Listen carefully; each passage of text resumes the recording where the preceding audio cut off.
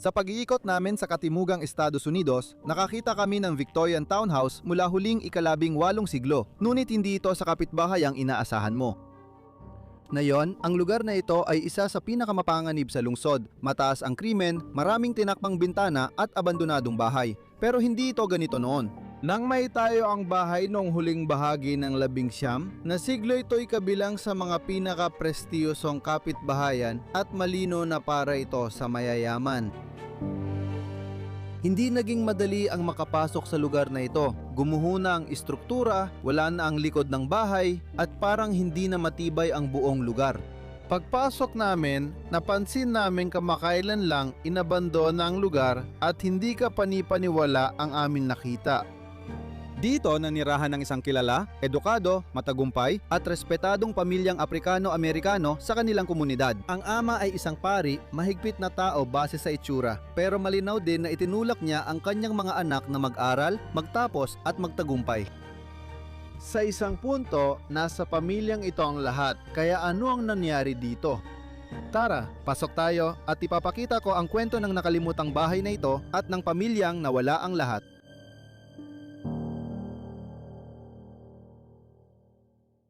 Mabilis ang tibok ng puso namin. Sobrang stress kami dahil nasa isang delikadong kapitbahayan kami sa katimugang Estados Unidos. At saka, hindi rin ito ang pinakamainam o pinakaligtas na bahay. Nasisira na ito, makikita mo na parang obvious na talaga. Mga 8 taon pa lang na abandona ang lugar na ito, pero halos lahat dito ay talagang nasisira na. Pero talagang nakakabaliw kung gaano ito kaiba. Gusto namin ito. Pero kailangan talaga naming ipakita ang lugar na ito dahil bihira mo lang makikita ang ganito. 2016. Kalendaryo ba ito ng Chinese New Year? Sa tingin ko, oo. Ano itong kwarto sa likod mo dito? Wala lang yan. Imbakan. Malaki talaga ang bahay na ito. Maraming kasangkapan, gamit at kalat. Pero meron ding Tingnan mo itong banda rito. mga bagay na talagang nakaka-interes. Ito ang labahan na halos gumuho na. Pinagdedebatehan namin kung anong taon itinayo ang bahay na ito, kung ito ba ay nasa pagitan ng 40 at 60 taon na ang tanda. Para sa akin, mukha itong lumang American townhouse, siguro mga 80 taon na ang edad. Kaya Hindi ko alam. hindi rin ako sigurado ha. Kung may alam kayo, lalo na sa arkitektura, ipaalam sa amin. Interesado kaming malaman kung gaano katanda ang lugar na ito. Kung guguho agad ito pagkatapos ng 8 taon, siguro hindi pa ito ganoon katanda, di ba? Bahay karton din kasi ito. Oo, tingnan mo, may painting ng labas ng bahay. Siguradong hindi ito ang bahay na ito. Astig tingnan. Labas ng isang bahay. Mga libro sa lahat ng dako, panitikan. Mahalaga ang mga taong ito dito, ang ama ay pari ng bayan. Ipapakita namin sa iyo ang kanyang roba mamaya. Sa pangkalahatan, may pinag-aralan at nag-aral sa universidad ang mga taong ito. May ilang bagay mula sa altar palabas ng bahay. Marami silang medalya at parangal, kaya malamang silang pinakamahusay sa bayan. Tingnan mo ang koleksyon ng painting nila sa banyo. Tingnan mo yan. Mukha itong magandang bayan sa Italia. Tama ka, may pirma pa nga sa ibaba. Pwede ko bang itaas ito? Medyo di makita.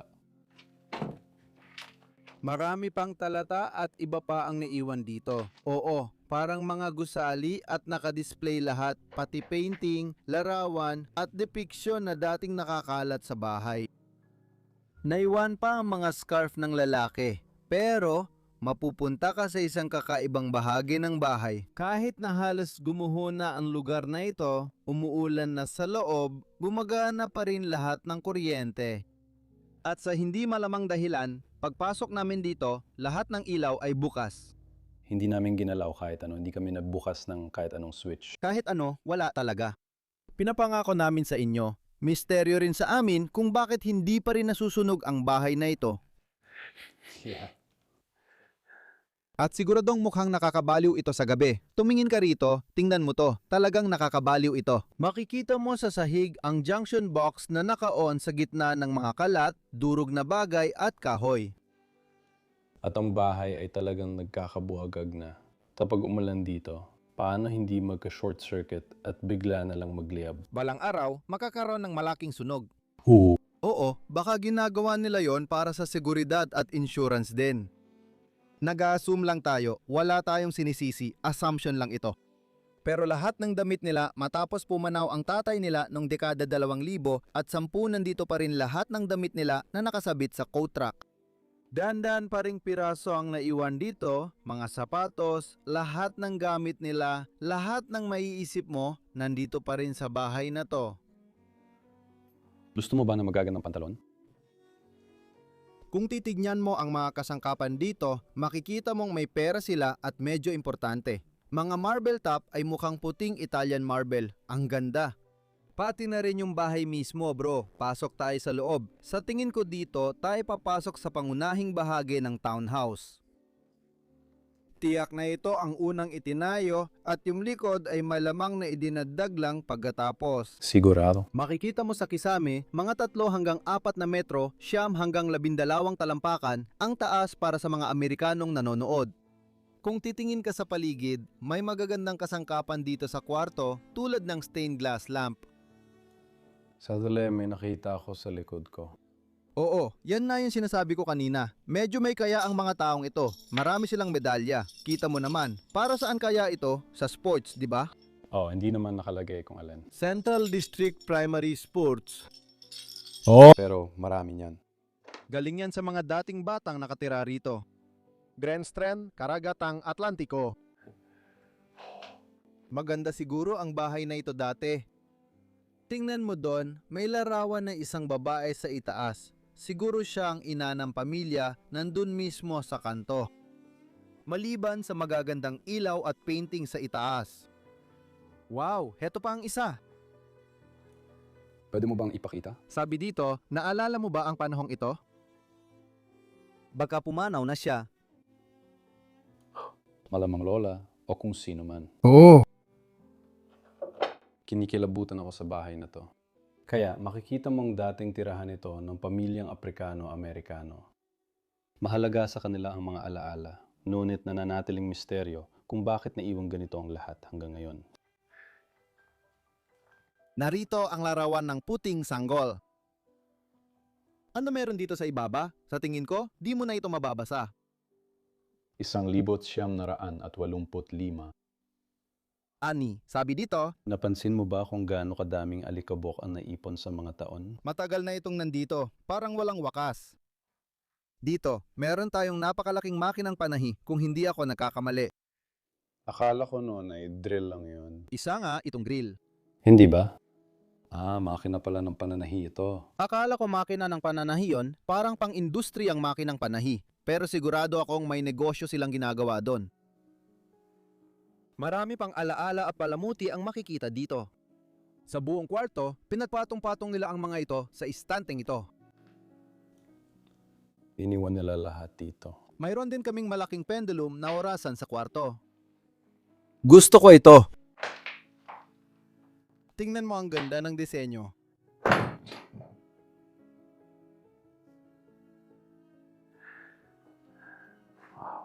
Wow, 1,975 ang kahon na ito. Ay, wow. Nakalagay dito 1,976.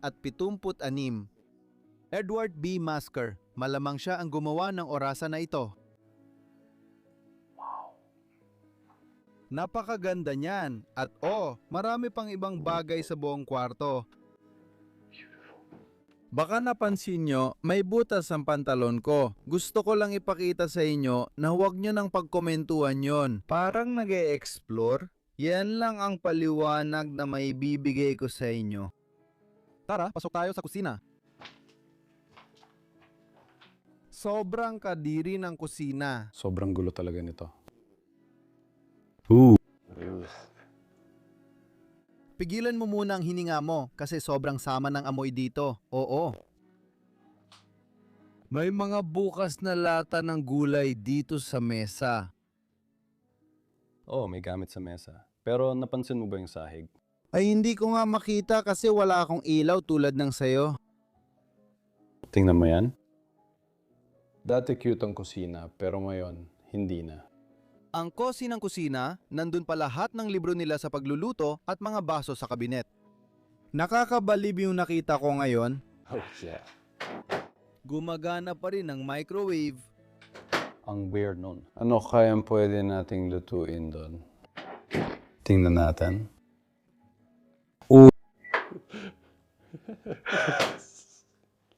Baka sumabog lang ito. Matapos ang masusing pananaliksik, nakakwenta ang lahat. Pumanaw ang ama ng pamilya noong dekada 2010. Maya-maya, sumunod ang ina nila at dito nagsimula ang problema. Naging sentro ng legal na labanan sa pagitan ng mga miyembro ng pamilya ang bahay. Naka-freeze ang pagmamayari, bawal pumasok, magbenta o magputol ng kuryente at tubig ang sinuman. Dahil nakatali pa sa probitang ari-arian na patuloy ang automatic na bayad sa kuryente, kaya may kuryente pa rin sa bahay kahit halos isang dekada na at halos gumuho na ito. At oo, isang hangal na ideya ang buksan ng microwave na yon. Bago kami umalis, sinigurado naming pinatay ang kuryente. Bro, halika rito. Nakita mo na ba ang mga pinggan? Nandito pa lahat ng mga pinggan sa lalagyan. Tapos, puno pa rin ng pantry dito. Lahat ng gamit nila? May mga kaldero at kawali sila at napakalaki ng lutuan at kusina. May kakaibang amoy dito. Sobrang tapang at matindi. Parang, Para sa akin, hindi ko nabubuksan ang ref. Ayokong makita yon. At itong bahagi ng bahay na to ay talagang gumuho na, talagang nagkakabiyak-biyak na. Hindi ko maintindihan ang lugar na to, talaga lang hindi ko maintindihan. Dito papasok tayo sa isa sa paborito kong bahagi ng bahay. Ito ang pasilyo na may mga kakaibang katangian at elementong pang-arkitektura pa rin. Gusto ko ang wallpaper, ang matataas na kisame at syempre may chandelier din na nakasabit dito na para sa akin ay medyo moderno, pati na ang mga salamin at lahat. Wow, gusto ko ang pasilyo, tingnan mo yan. Pagpasok mo sa bahay, meron ka ring malaking centerpiece sa taas ng ulo mo, dito mismo, sa harap ng pintuan. At syempre, ang mga Amerikano, kahit saan sila, ay napakamakabayan. Laging ipinapakita ang kanilang watawat at gusto ko yon. Para sa akin, maganda yon. Dito makikita natin ang hallway sa buong ganda nito. Gusto mo bang libutin natin ito? mauna ka na. Ang laki ng kabinet sa gilid, tingnan mo. Tingnan mo sa loob, nandito pa mga litrato ng tao. Heto sina Barack at Michelle Obama sa gilid. At sa kabila, mukhang ito ang mga anak o kaya'y mga magulang noong bata pa sila. Mukhang dekada na benta ito. Mukhang napaka-astig. Tingnan mo ito dito. Wow, mukhang bagong graduate sa kolehiyo o universidad ang binatang ito. Oo, may 98 doon. Baka 1998 yon. Sige, ibalik natin ito ng maingat. Dito sa likod, isara natin ito. Tingnan mo lang ang laki ng kabinet na ito. Napakaganda ng piraso na ito dito. At doon sa itaas, mayroon ding mga litrato ng pamilya pero nakapatong lang silang lahat sa ibabaw ng kabinet dito. Ipakita mo itong centerpiece dito, ipakita mo ang hagdanan. Gustong-gusto ko kung paano ito umiikot at lumiliko paakyat. Kagaya rin na nakita natin sa harapang pasukan ang disenyo ng kahoy nito.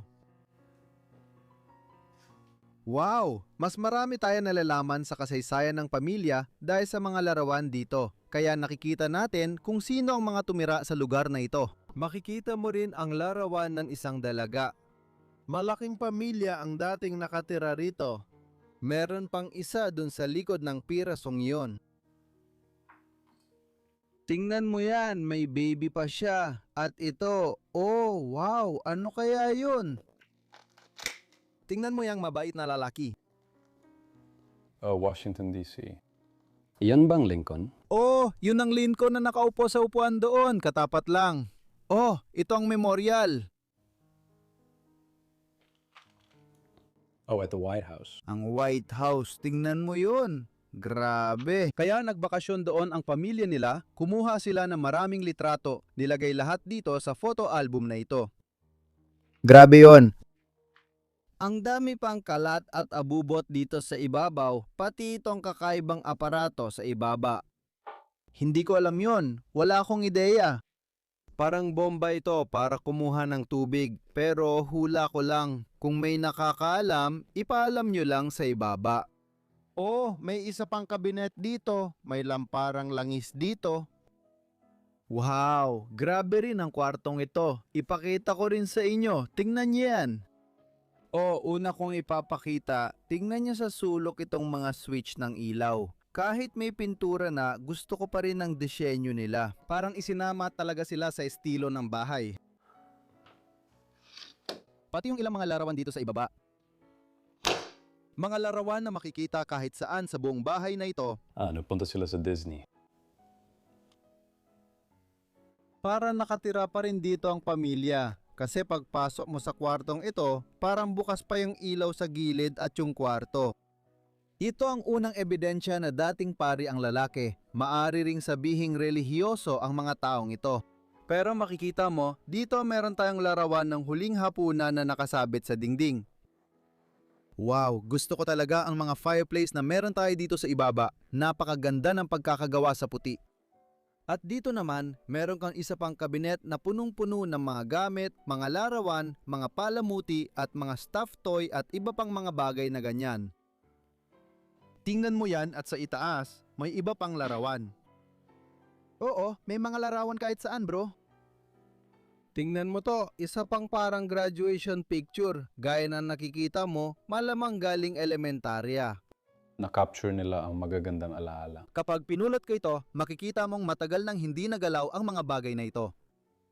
Malamang ilang taon nang naka-on ang mga ilaw na ito at tuloy-tuloy lang na umiilaw. Para sa akin, kapag nilapitan mo ang bahay sa gabi, nakakatakot talaga ito. Talagang misteryoso. Makikita mo pa nga na may halaman pa ring nakatayo doon sa sulok. Wow! Pero peke naman yon. Halata naman. Tingnan mo yan.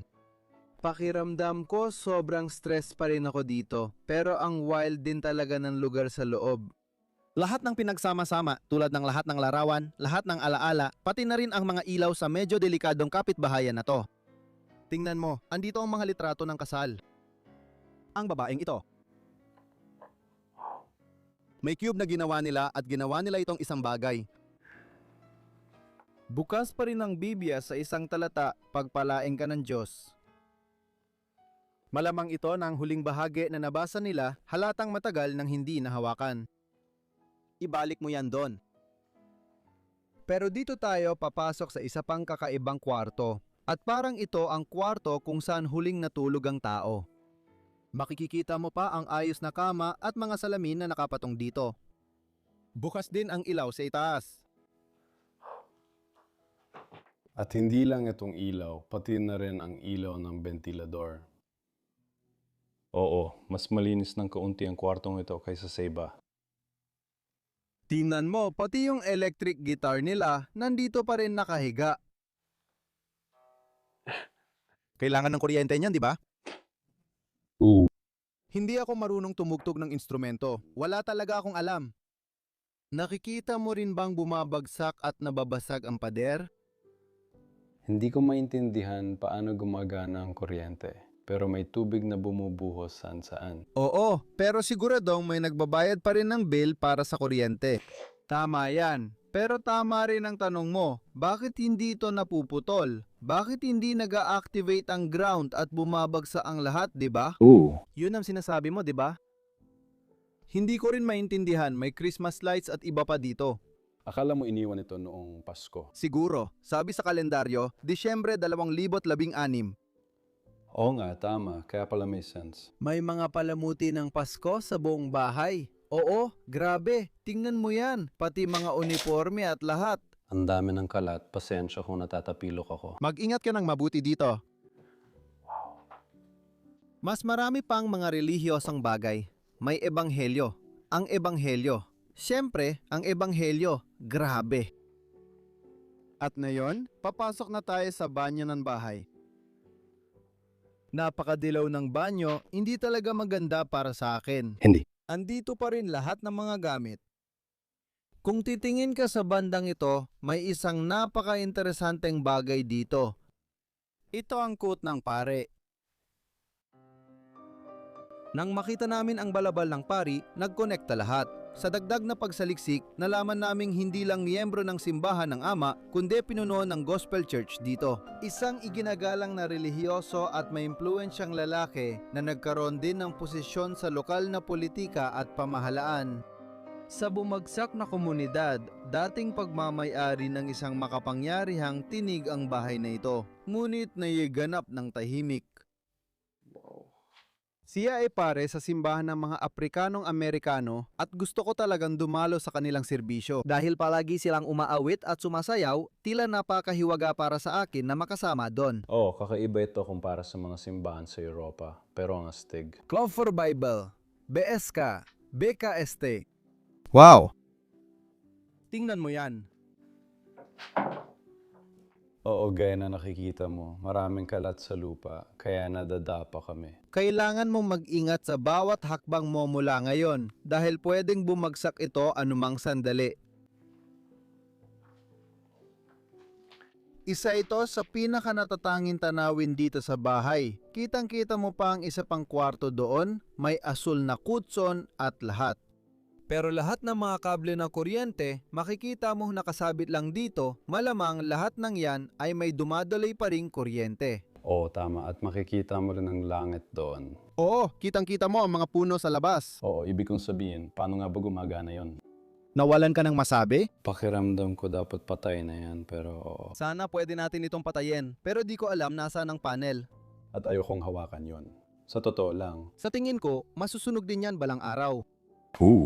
Malamang yun ang mangyayari dito, bro. Tingnan mo to. Piano yan, di ba? Ooh. Ang daming bagay na nakapatong dyan. Sana hindi ito mabasad pag binuksan mo. Diyos ko! Gumagana pa ng kaunti. County lang. Ooh.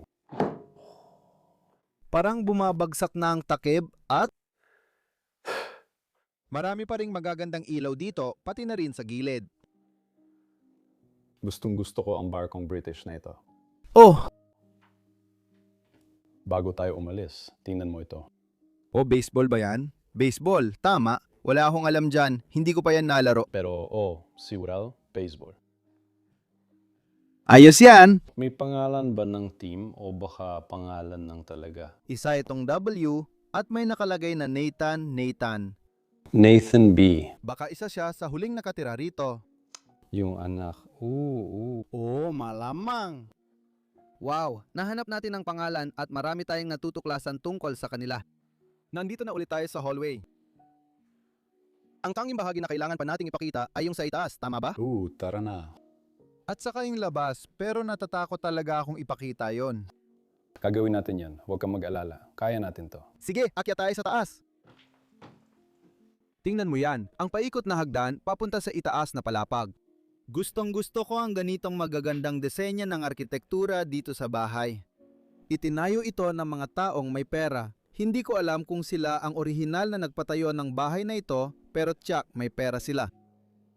Kung gusto mo, pwede mong ipasok ang kamera mo at silipin sa labas. Tingnan mo yan, yung buong likod ng bahay ay nawala na, talagang nawala na. Yan ang ipinakita namin sa'yo nung nasa ibaba tayo. 8 taon pa lang ang lumipas. Oo, pero parang karton lang ang bahay na yun. Oo, peke lang. Madaling masira. Grabe, pati itong mga hawakan sa hagdan at lahat ng bagay dito. Medyo maganda. Sige, tingnan natin sa itaas itong kwarto. Siguro ito muna. Pasok tayo dito. Mukhang master bedroom ito na pinasok natin. Pero parang bumabagsak na ito papunta sa kwarto sa ibaba doon. Napakalaki ng kama na ito. Nakakatawa sa laki. Wala kaming mga bathtub na ganyan sa Europa. Oh, Gusto ko ng ganitong kama. ang saya siguro nun. Parang pwede kang nasa kabila, tapos parang kailangan mo pang maglakad ng malayo para makarating sa kabila. Parang isang mahabang lakad talaga. Tingnan mo yan. May fireplace din dito sa kwartong ito, lahat gawa sa kahoy, hindi sa bato. Anong makikita mo dito sa ibaba? Nasa kusina ito. Ooh. Polaroid, grabe yan. Polaroid na litrato. O, nakakita ko ng banal na Biblia. Oh, malaki itong Biblia. Oh, malamang ito ang Biblia ng pari. Na ginamit niya sa misa. Magandang Biblia yan, ang Biblia ng pamilya natin. Parang may balot pa nga ng ginto. Oh, karamihan sa kanila ganon. Astig sila, di ba? Gusto ko yun. Gusto ko ang detaling yun. Dito sa amin, meron kaming parang hallway na maraming upuan, maraming pwesto para umupo at maraming gamit ulit. Gamit kahit saan. Lahat ng kwarto ay punong-puno. Mahilig talaga ang tao sa gamit. Tingnan mo yan. Amoy amag at nakakasuya ito. Pagpasok mo pa lang, maamoy mo na. Tingnan natin kaagad kung ano ang makikita sa kwartong ito. May banal na Biblia na ulit sa kwartong ito. Malaki rin ang bersyon na yan. O yung isa sa ibaba ay pareho lang pala. Hindi ko alam. Pareho lang ito ng isa pang pocket version, yung maliit. Oh, ano to dito? Naku! Webster's New World Dictionary of the American Language. Ay wow, teka lang. May mga larawan at guhit. Tingnan mo. Buksan mo pa ang isang pahina. Oo nga, wow. Ang astig ng diksyonary niyan. Pero ang laki. Grabe. Tingnan mo ang laki niyan. Libro talaga yan. Oo, isang buong kwarto na puno ng mga gamit. Oh, labas na tayo kasi ang amoy ay talagang. Siguro magandang ideya na balang araw gumawa ng pabango na tatawaging amoy ng abandonadong bahay at ibebenta gaya ng amoy ng amag. Sa tingin mo may bibili nun? Yung amoy ng amag? Siguro ang bibilhin nila, sa tingin ko bibilhin nila yung mga paninda, sigurado yan. Tingnan nyo ang mga paninda, tingnan nyo sa description, makikita nyo ang link doon. Kompleto kami, may mug, tasa, laptop sleeve, sombrero, t-shirt, crop top, lahat ng gusto mo. Tingnan nyo na. Tingnan mo yan, isa pang kwarto, isa pang ilaw. Napansin mo ba na sira na ang buong bubong sa taas mo? Grabe, di ba? Isa pang H2 Hama. Wow, nakita mo na bang gumawa ako ngayon ng dekuryenteng bersyon ng sasakyang ito? Hindi pa, wala pa akong nakikita. Wow, itong kwarto na to, sa tingin ko ito yung dating master bedroom kung hindi ako nagkakamali. Sa isang punto. Yung mesa na yan, lahat ng yan, parang itong tatlong bintana ay magiging magandang lugar para matulog dito. Pero ngayon, hindi na. Marami pang larawan tulad ng nakikita mo. Oh, tingnan mo yan. Mga larawan ng mga babae, mga larawan ng pamilya. Lahat ay ipinapakita dito. Palagi at magpakailanman, mahal kita ngayon tulad ng pagmamahal ko mula pa noong simula. Mahal kita magpakailanman ng buong puso para itong isang memorial kahit na. Baka may pumanaw na. Palagi at mapakailanman. Oh, Palagi at habang buhay. Ang wild, di ba? Ano pa ang ipapakita natin? Labas ba ito ng bahay? hindi. Sana nga. Makikikita mo, hindi pa matagal inabandona ang lugar na ito. Dahil may Chromecast Ultra dito, kaya sa isang punto, hindi ko alam kung kailan ito lumabas, pero may Chromecast dito sa lugar na ito. Wala nang masyadong iba pa. Oh, at yung kwarto doon ay hindi rin naman ganun ka-interesante. Pero gets mo na, sobrang grabe talaga ng bahay na to. Ibang-iba ito sa mga nafi-film namin sa Europa dahil nakabukas ang mga ilaw at wasak na ang lugar. Yun ang kakaiba dito. At interesting din talaga ang kwento, lalo na yung tungkol sa pare at sa lahat ng nangyayari. At wala la rin gaanong mga bagay sa sahig, hindi katulad dito. Sa tingin ko, narating na natin yung sandaling yon. Tara na. Tara na, sawa na ako dito, labas na tayo. Kasama natin si Enrique, kaibigan mula Amerika, si Silent L Export. Tingnan nyo siya. Lalabas na tayo ngayon. Ingat bro, mabilis lang nating silipin kung walang tao sa kalsada. Sa tingin ko, ligtas na tayo. Ligtas na tayo. Oo, ligtas na tayo. Masama lang pakiramdam ko na naiwan ko yung mga ilaw na bukas. Pero wala akong alam doon. Sige, alis na tayo. Tingnan mo itong lugar na to. May stroller pa sa labas. Naku, sige. Tingnan natin mula sa harap. Wow, ang ganda ng bahay, parang Italiano. Ano ba sinasabi ko? Amerikano. Victorian. Amerikano? Victorian. Pasensya na, natutulala ako dahil na-stress ako sa lugar na to. Oh, mukhang Victorian at lumang estilo ng mga bahay na to. Pero maganda sila. Sa tingin ko, medyo luma na talaga ito. Pero gusto ko talaga malaman mula sa mga tao sa description at sa mga komento kung gaano nakatanda ang lugar na ito. Alam mo ba, pamilyar ka ba sa arkitektura? Gusto ko pang malaman ang tungkol dito. Pero sa lahat ng ito, dito ko natatapusin ang video na ito. Maraming salamat sa inyong panonood ng video ngayong linggo. Sobrang stress na ako. Like, subscribe at mag-comment sa ibaba. Bisitahin ang website namin sa description. Kita-kits sa susunod na linggo para sa bagong episode. Paalam, mahal ko kayo.